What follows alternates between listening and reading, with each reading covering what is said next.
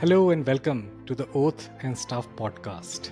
I am A. David Singh, bringing you stories from people of medicine who serve humans and animals in unique and wonderful ways. In today's show, I'm talking to Dr. Shalini Mishra. Shalini is a pediatric surgical oncologist, a mother, and an environmentalist. I met Shalini more than 30 years ago when we studied in the same batch of medical students at CMC Vellore in South India. From her initial days, Shalini was fascinated and curious about the science and art that is medicine. It is no wonder she excelled in academics and was one of the top students in our batch. After completing her basic medical degree, Shalini trained further in general surgery, followed by pediatric surgery. Since 2014, she works exclusively in the service of children with cancer.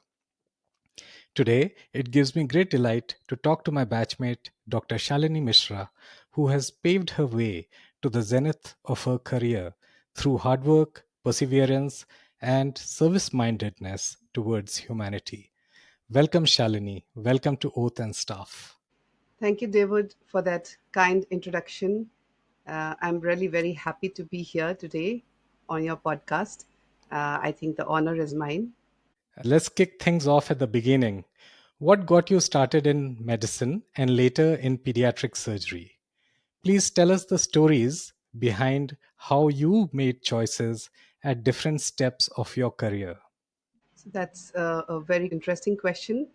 I'm not very sure when and how I decided to do medicine. I think back in those days, there were only two streams to select, medicine or engineering. And I loved science and I loved biology for sure. I have quite a few doctors in my family. So definitely they have influenced me, including my own mother.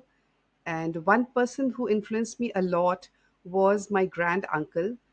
He was a very well renowned colorectal surgeon, late Dr. Ramcharan Sinha. And he would always inspire all of us, all the grandchildren, everybody, every youngster who connected with him. He would inspire us to do something out of the way, do some, push yourself, do something good, and shine, and make your family proud of you. So that was definitely an inspiration, and probably I got my surgical genes as well from him. I grew up in a very small town which is now in Jharkhand. So I didn't know much about the outside world. And there was one of my seniors who had gone to CMC. I had no clue I would join CMC. So I just wrote all the entrance exams just like any other student. And then luckily I got through CMC. That was the first entrance that I cleared. And I did get through some other colleges also, but by then I had already settled in CMC and I really liked the place. So I settled down there, the ethos and the teaching, the training there. And I'm so glad I did that. It must have been very difficult for my parents to leave me there. And once I went to CMC, I was there for 14 years. So my grandmother used to tell me, she used to compare it to the exile of Lord Rama. She says that, he went to the forest for 14 years and you've gone away from home for 14 years. So, anyways, once I was in college, I really loved the place. I enjoyed my learning. And another person who influenced me there while in college was my foster father, Dr. JCM Shastri. He's also no more. And I really, really, really revered him. And he's the one who told me that doing general surgery is not enough. You have to do something more. You have to super specialize. And then we would have discussions over weekend dinners as to what would be good for me. For a woman, taking up surgery itself at that point of time was tough because there weren't many women surgeons. 33 years ago. So he used to tell me, plastic surgery is good for you. It's not so busy. You can take care of your family. That's very important whenever a woman is uh, choosing a career, especially in India. So everybody around me, I think, knew that I wanted to be a plastic surgeon, including me. So everybody knew that Shalini is going to become a plastic surgeon. But when I started my general surgery training, we used to have postings for 2 months in each of the specialities. And that is the time when I realized that I was probably not made for plastic surgery. And when I went to my pediatric surgery posting, I absolutely loved it. Um, I never thought of pediatrics before, but till that particular posting, all the consultants there, the whole team there, it was uh, so friendly because we deal with children.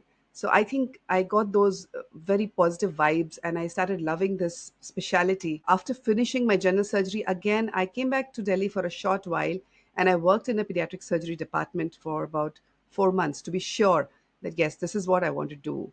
And that's when I took forward to pediatric surgery. Thank you for sharing your personal stories. It's always fascinating to hear how people make decisions at different stages of their career. So, thank you for that. After finishing your training, you worked as a general pediatric surgeon for a few years before you began serving children with cancer exclusively. Shalini, will you share with our viewers and listeners what inspired you to take up cancer surgery for children? I always had a passion for the childhood cancers. I remember during my MCH training at CMC Vellore, although Dr. Sudipta Sen, my mentor and then head of department, he was into a lot of urology, pediatric urology work, and even my thesis was concerning pediatric urology. But also, I kind of imbibed the interest for pediatric oncosurgery from him. And I remember I used to be the one maintaining the register for the tumor board at that time, which was just in its beginning stages. And I used to meticulously enter each and every patient on the Monday afternoons that we used to have the tumor board meetings. When I came back to Delhi, and I got married by then during my MCH, and I also had my daughter. So I joined a public hospital. I worked there for about 8 years. And this was a different kind of a scenario because, in CMC, it is all very well organized, all well managed. You get a very good cooperation from other disciplines. But coming back to a public hospital, it was quite difficult. I took some time to adjust, but it was a lot of learning because the workload of patients was huge over here. So, as a surgeon, the more you operate, the more refined you become. I think it was a very important part of my training. But again, my love for pediatric oncology and the childhood tumors was there, but I was not able to do justice to these children. We would operate on them, and we ourselves would give the chemotherapy because there was nobody else to give the chemotherapy. And we used to struggle to get dates for radiation for these children. So the outcomes were poor despite putting in a lot of effort, and that was having an effect on me. I was not happy with that, and then after some time I decided that I have to move on.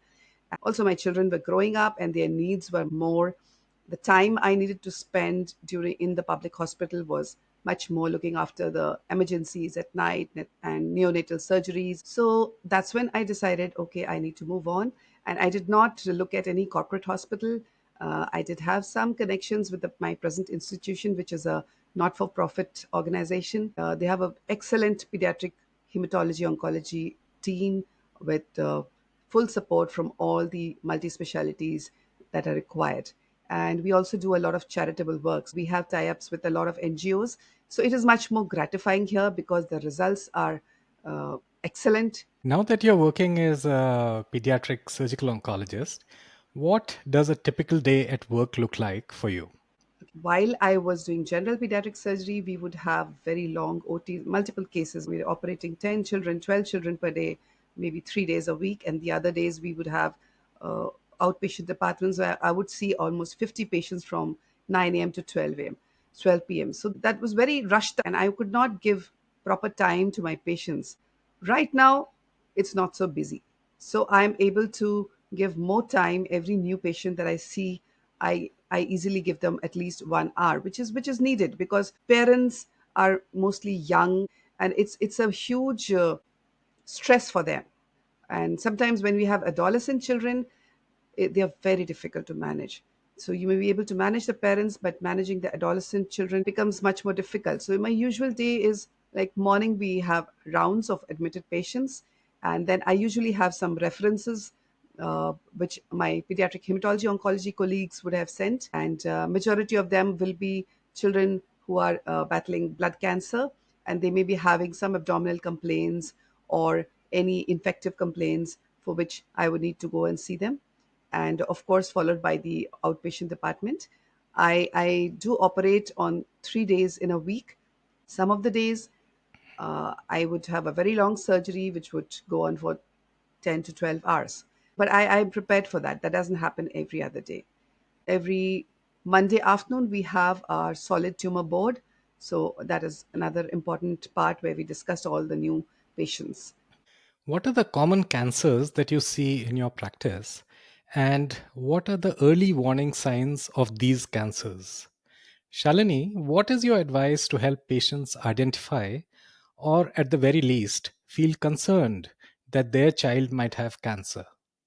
So that's a very relevant question. First of all, we must remember that childhood cancers are rare. They constitute only about 3% of all cancers. And if we look at it the other way, one in about 8,000 children would have cancer. So it is not something that comes to the pediatrician or the physician who's seeing the child in the first go, because in India we are still struggling to improve the childhood mortality rates, the major killers of which are infections, and tuberculosis is again much more common. So it is very important to look for the red flag signs which would help us to identify, okay, this child probably may be having cancer and needs to be referred to a specialist. The most common cancer in children is leukemias and lymphomas, and of which we have acute lymphoblastic leukemia and acute myeloblastic leukemia. Lymphomas are two kinds, Hodgkin's and non-Hodgkin's. Next come the solid tumors. Solid tumors means these are arising from organs in the body. They're not really the liquid cancers or the blood cancers. The brain tumors are most common. I do not deal with brain tumors directly, nor do I deal with the bone tumors. But all the other tumors, all the other solid tumors, that's where my role comes.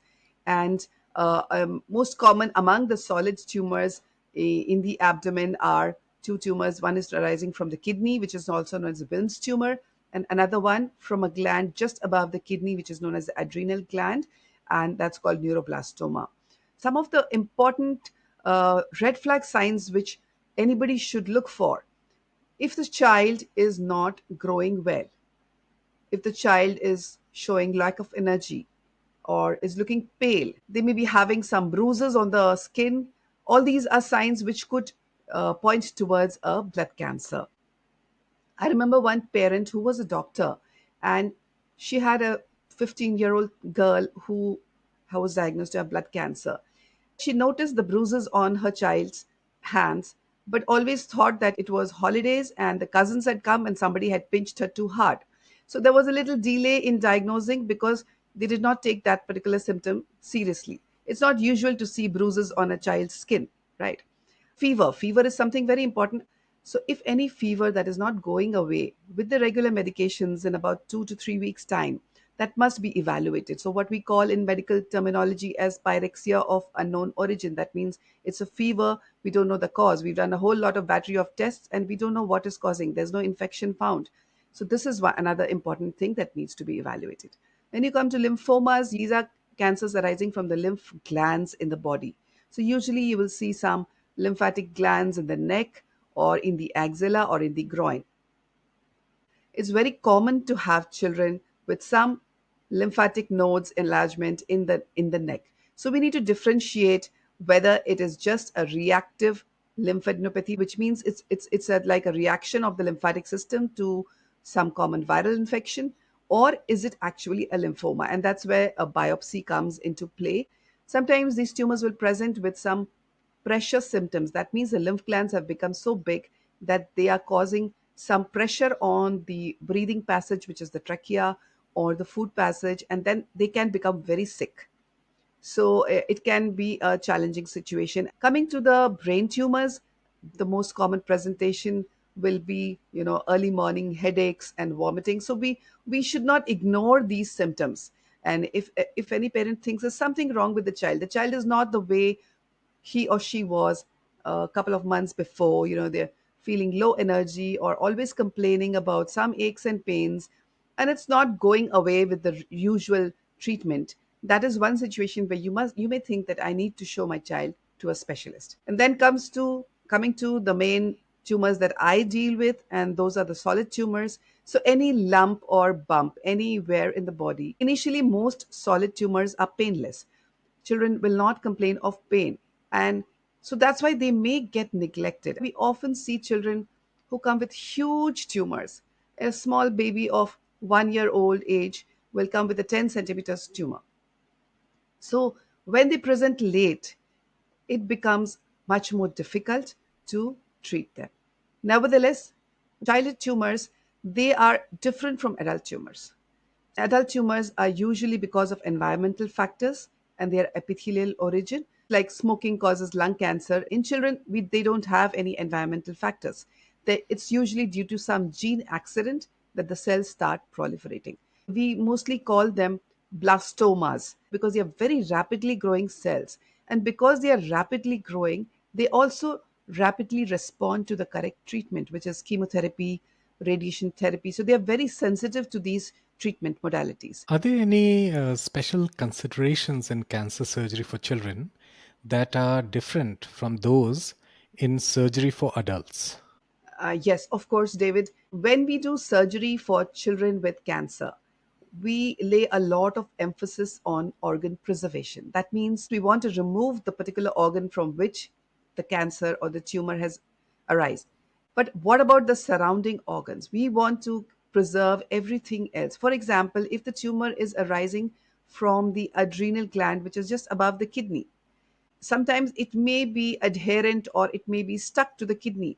So we don't need to remove the kidney all the time because we want to preserve the kidney. That's a normal organ, that's not the origin of the cancer. We also lay a lot of emphasis on fertility preservation, especially in adolescent children. It is very difficult to do fertility preservation in young children, but in adolescent children, we do lay a lot of emphasis. When we do surgery or we treat a child with cancer, suppose the child is about 3 or 4 years old, we are looking at the next 50, 60, 70 years based on the life expectancy. We have to make sure that this child, after getting cured of the cancer, we send back the child into the community as a normal human being without any disability. The child should be able to interact with other peers, other children, should be able to complete his or her studies, create a family, and grow as a normal citizen of the country wherever they are staying. Earlier on, if there was a tumor from the bone or from one of the limbs like the legs or the arm, amputation, that means cutting off that part of the limb along with the tumor, was a common practice because that was easy to get rid of the tumor cells. But nowadays we do limb salvage surgery. The orthopedic surgeons do that. I don't do that, but I lay more emphasis on preservation of surrounding organs. So one way we do it is we don't immediately go for upfront surgery. When a 1 year old child comes with a big tumor in the abdomen, if I try to go in and do the surgery upfront, there is a good chance that the tumor may rupture or spill, or I may not be able to remove it completely, and that will again affect the outcome. So what we do is we give neoadjuvant chemotherapy. That means we first shrink the tumor with chemotherapy. These childhood tumors are very chemosensitive. So they shrink very well with chemotherapy for about 2 to 3 months, and then we do the surgery. The surgery becomes easier, the tumor size is less, so it is less debilitating, less complications for the patient, and the outcomes are also much better. So this is how we work. Every case we discussed along with the radiation oncologist and the pediatric hematology oncology team. Even though we have so many protocols, each child has to be individualized and also risk based. We look at two things. One is what is the chances of this particular child's tumor to come back. So if the chances of tumor coming back is high, that means it's a higher stage tumor or a higher risk tumor, then we will treat that child more aggressively. And if the chances of tumor coming back is less, that means it's a stage 1 or stage 2 tumor, the treatment is less aggressive because all these treatments also have long term side effects. So that is another angle that we look at. the late toxicities or the late effects. We actually follow up these children who are undergoing treatment for cancer. For the first 5 years is surveillance to make sure that the tumor hasn't come back. And we follow them up lifelong. We look at any late effects that the chemotherapy drugs or the surgery or the radiation may have on their growth or any other organ systems which may be specific to particular drugs that we use. During my adventures in the wonderful world of neurosurgery, I have worked with patients with brain cancer. That's when I understood the importance of having a team of specialists from multiple disciplines who work together to give cancer patients the best chances of survival and improve their quality of life. Shalini, I believe you also have a multidisciplinary approach in your practice, from what you've said. Who are the different specialists whom you work with, and what are their roles in treating children with cancer?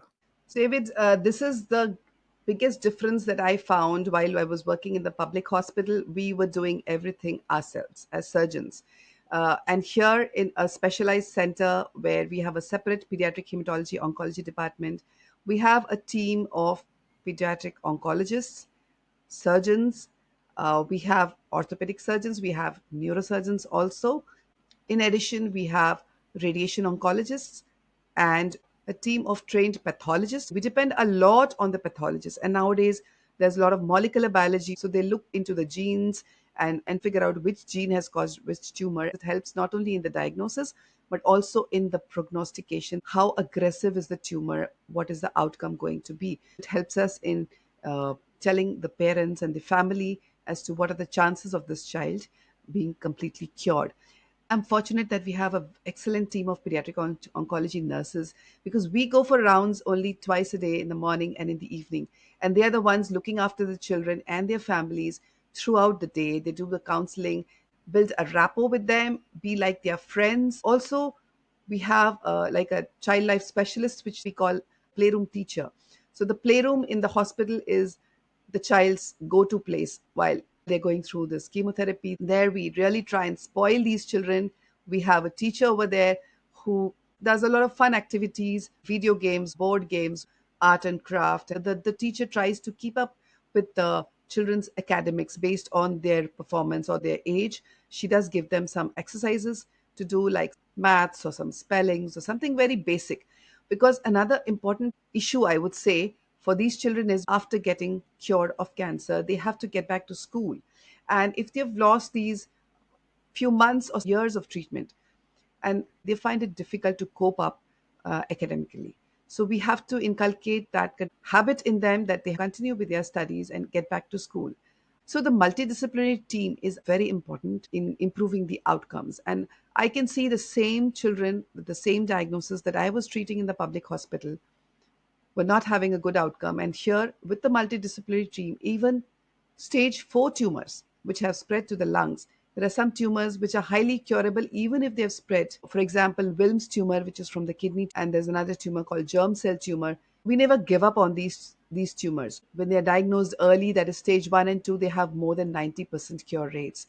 And even in stage 4, they still have about 70% cure rates, which is, I think, it is really remarkable because none of the adult tumors could offer that kind of cure rates.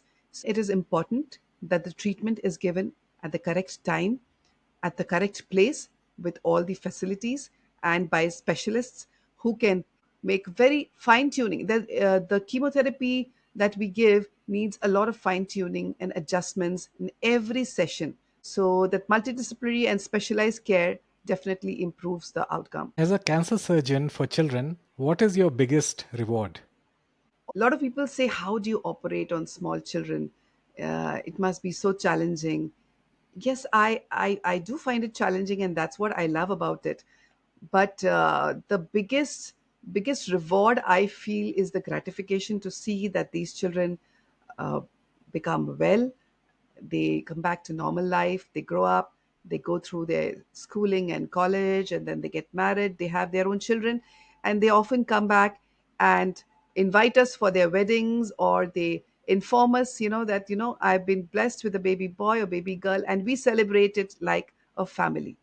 We also have meeting of regular meetings of these survivors when they come back to the hospital from all the different places in the country, and they do some fun activities, some performances, dance, theater, and they also interact with those who are undergoing treatment, and to give them that confidence that you will be able to get back to your scholastic abilities, and you'll be able to go ahead with a family just like a normal person. So I think that is very, very gratifying. Shalini, since your podcast episode is going to get aired in September 2025, does the month of September have a special significance for childhood cancer survivors? Yes, of course. So, worldwide, September is celebrated as Childhood Cancer Survivors Month. So, we called it Gold September because the golden ribbon is what signifies childhood cancers. And the whole month is celebrated where we try to increase awareness about childhood cancers, what are the red flag signs, how to diagnose, how to get it treated in the correct place at the correct time. And also, we emphasize that childhood cancers are highly curable. So I think this year's theme is about how the survivors can conquer this disease, interact with the community, and face it bravely and get back to normalcy. So I'm working at Rajiv Gandhi Cancer Institute, Delhi. We usually hold an annual event where we call back all our survivors, and sometimes we get some celebrity to come and talk to them, and it's so much, it's more like a fun activity. At the same time, we do cover topics like mental health, prevention of adult cancers, and also like lifestyle changes, avoidance of smoking, importance of physical activity like regular exercise, dietary advice. And then we have sessions on career counseling. And sometimes we talk about insurance because some of these children in India, they find it difficult to get insurance after they've undergone childhood cancer treatment. So that is another problem that we are facing, and we're trying to work with the authorities to resolve that. Did you have a favorite teacher in medical college or during your surgical training? Tell us the story how they influenced your career. I had quite a few teachers who influenced me. Everybody knew right from my MBBS days that I'm going to be a surgeon. So the surgery department was probably already eyeing me. When I got into surgery in my very first year, I I was given a chance to do a resection anastomosis. That means there was a hole in the bowel and we had to stitch it up. Usually, a first year resident doesn't get that chance, but Dr. Sitaram was the one who gave me that chance, and I was actually a little shocked. But he was there to help me throughout. And I remember that experience. It was a woman for whom a quack had tried to do an abortion, and they had pulled a loop of bowel into her uterus. So that is one experience I remember. Another person who really influeinfluenced me was Dr. Arvindan Nair. I was so influenced by his demeanor. He was always calm, no matter how difficult the surgery, and an excellent teacher, of course. Pediatric surgery, Dr. Sudipta Sen. I think all his students really admire him. Even to this day, if I'm having difficulty in any particular child that I need to operate, I could give him a call anytime and he would give me excellent advice. So a lot of my teachers have helped frame the way I am today. I'm very thankful to them, and I have a lot of gratitude for all of them. Thank you for sharing that, Shalini. And now it is time for personal news. In the Oath and Staff podcast, from time to time, I will bring you updates about my life as a writer. As you might know, I write stories set in ancient and magical worlds. The book series I'm currently working on is called Magical Rome Universe. The first book of Magical Rome Universe is titled Dead Boy's Game and the Broken Vow. Even though I write for adults, I am pleasantly surprised to learn that teenagers also enjoy reading about the unique setting of Magical Rome and the aspirations, challenges, victories, and defeats of the fictional characters who live in Magical Rome. At present, I am looking for young readers aged 15 to 23 years to find out if my fantasy adventure novel is a good match for them. I will send out free ebooks of Dead Boy's Game and the Broken Vow to young people who would like to read this book and give their honest feedback. So, if you are a 15 to 23-year-old, I invite you to visit magicalrome.com/read. That is magicalrome.com/read.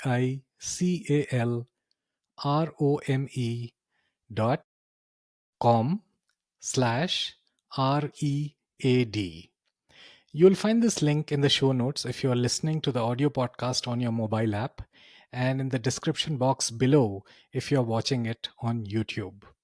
If you are a parent or grandparent of a young reader, please consider getting this book for the special child in your life.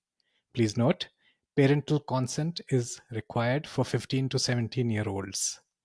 You can download and read Dead Boys Game and the Broken Vow from my website, magicalrome.com/read. And now, back to the interview with Dr. Shalini Mishra. Since you're a mom of two kids, how has motherhood influenced your work as a surgeon for children? Definitely in the younger years when my children were small, it was tough. I have a very supportive family, my in laws, and my parents are also in the same town. So if it hadn't been for them, I would have probably quit my job long time back and taken something much lighter. So I could take care of the night emergencies and long hours at work because of the support from my family. So it was challenging. I think my son was about 6 years old, and that was about the same time when I changed over from the public hospital to the specialized cancer center. Once I had to go back for an emergency surgery. So my son asked me, "Where are you going?" I said, "I'm going back to the hospital." And he told me that one day I'm going to close down your hospital because I wanted your time and now you're going back to the hospital. So that affected me a lot because I thought, you know, I may become a very famous professor, surgeon, but if I'm not able to give that time to my children when they need me, I would really have regrets later on in my life. So I realized that I need to slow down, subspecialize, and focus on only one particular thing, which I'm very happy that I was able to do. This way, I'm able to balance my work life very well. And as my children grow up, I think it happens to all mothers as the children grow up, they need us much more. It's not just the physical needs which anybody else can look after, like a house help or even the grandparents. But when they grow up, their psychological needs, they need that connect. And so I made sure that I was there for my children when they wanted me. And my elder one is 20, but I'm glad that at least I have that connect with her and my younger one, that they're able to open up to me if they're facing a problem. Shalini, since we are batchmates, I'm aware that your daughter is also a young doctor in the making. So, did her choice of taking medicine, was it influenced by you and your husband, who's an orthopedic surgeon? It's the other way around. We tried to tell her, don't take up medicine. It's a long struggle. Do something else. But I knew that deep down, I knew that she was cut out to be a doctor. She had a lot of interest. I remember she would pick up worms from my home composter and look at them in under the microscope. So I knew she had an interest in life sciences, and she had that demeanor that a doctor needs to be, the public speaking and the way you handle others. We actually tried to dissuade her, but she was quite clear in her mind, although she took some time to decide. And then finally, of course, we cannot force any career choice. In today's time, it's not acceptable at all. And so it was a good, friendly conversation where she said that medicine is what I want to do. And then finally, she got through, and she's really enjoying it. That's wonderful. So, all of us in the batch of 92 from CMC Vellore, we are very eager to hear the good news when your daughter becomes a young doctor. And we are also interested in knowing what specialization she does. That's up to her totally. When we were talking about getting you on the show, you had mentioned that you are a nature lover and environmentalist. You also teach and promote eco friendly practices in your community. Will you please tell us about your experiences and share some insights to encourage our viewers and listeners to follow in your footsteps? I think this started because my son was a childhood asthmatic. And in staying in Delhi, we have a lot of air pollution, especially in the winter months. There were many years when we would actually run away from Delhi. We would take to the hills just before Diwali and the winter smog comes in, because he would fall sick. And that's how I started looking around. And then we got connected with a team of air pollution warriors. And that's why my son also was a junior ambassador with that particular organization. It's an NGO which is known as Care for Air. I must give all the credit to my son. Because of him, I started looking at more environmental friendly practices, and gradually trying to live zero waste. It's not easy living zero waste in the cities. If I train everybody in my household to segregate waste, I'm happy about it. But what about all the others? So that's when we got an opportunity through several, basically it's a women's group. And I think during COVID, we were connected more because we had more time, we were less busy with our work. And that's when we started propagating it. So we also had help from some senior members in the society. And I try and encourage people to do home composting. And gradually now our society has got arrangements for a community composting. So that was the first step. And then avoiding water wastage, reusing our resources, recycling of dry waste. So we are a group of at least 25, 30 families. We collect our dry waste. And every month I organize an NGO to come and pick it up from our colony so that it's easy for them. And similarly, cleaning solutions at home. So there are many newer startups who provide powder form or granules of these cleaning solutions, which we can dissolve at home and reuse. Most of the liquids that we buy come in plastic. So that's how we try to decrease the amount of plastic we use. So my son is a young environmentalist. I do accompany him wherever he goes. And once he was very fortunate to be called on a NDTV show as an air pollution warrior. They wanted a student's opinion. So I was there sitting in the audience listening to all this. So all that influences me, and I try to do whatever I can. And I usually target the women around me because I think if the woman at home is motivated to do something, the rest of the family will follow. That's wonderful to hear. Now let's come back to cancer surgery. What is the one thing that you would like to change about how cancer surgery in children is practiced or how it is taught? That's a very pertinent question. We do see a lot of patients who were not managed properly, and then they come to us at a late stage when we are not able to help. So, the most important thing that we need a multidisciplinary team to work with. We were all trained to give the chemotherapy ourselves. But I've seen there's a huge difference when we as surgeons are giving the chemotherapy and when a person who is specialized in that is giving chemotherapy. And they are looking at the tiny nitty gritties and small modifications for each child. And that happens every visit. There are a lot of pediatric hematology oncology trainees now in India. Earlier, they were not there. So we must collaborate with them.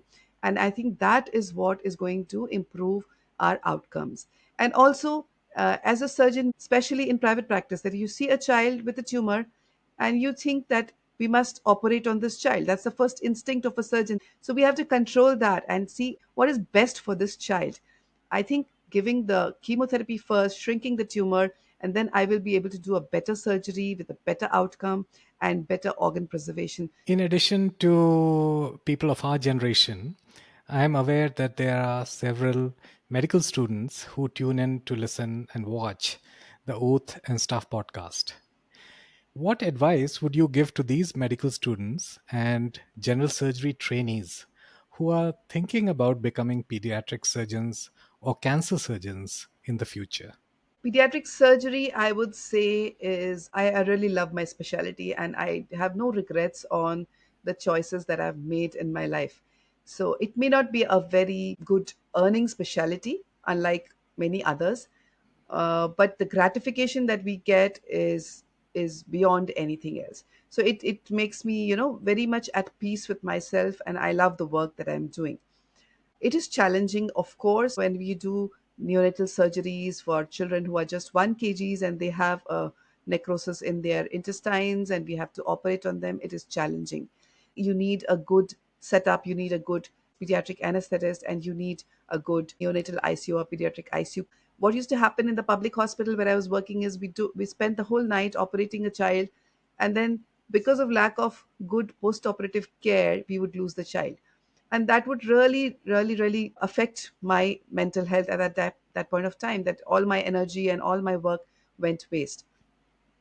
So you need to work as a team. If you think that you can just start as a solo practice, that would not be feasible. And the other thing is, it's very challenging because we actually deal with the entire body except for the brain, heart, and the bone. As a pediatric surgeon, we also do surgeries for birth defects of the spinal cord. So it's in the true sense, it's a general surgery, a wider aspect. In the end, it is quite gratifying because children, they heal us also. Coming to oncology, I think adult cancers are on the rise, and it is a very upcoming field, very challenging. We need to subspecialize based on which system you want to do the surgery for, like head and neck, or urology, or gynae oncology. Pediatric surgical oncology, there are very few people who are really concentrating on that in India. And anybody who wants to, you know, get further insights into this, most welcome to connect with me. I'll be more than happy to guide them. And definitely, I would encourage the youngsters and the medical students to take up this specialty. Shalini, many thanks for coming on the Oath and Staff podcast, sharing a glimpse of your professional and personal life, and inspiring those who are listening. We wish you all the best for advancing your legacy of service and excellence as a surgeon, researcher, and a mentor for the next generation of pediatric surgical oncologists. Thank you, David. Thank you so much. And that's all for today, folks. I hope you enjoyed this episode with Dr. Shalini Mishra and also found it informative. Many thanks for tuning in, and subscribe for more.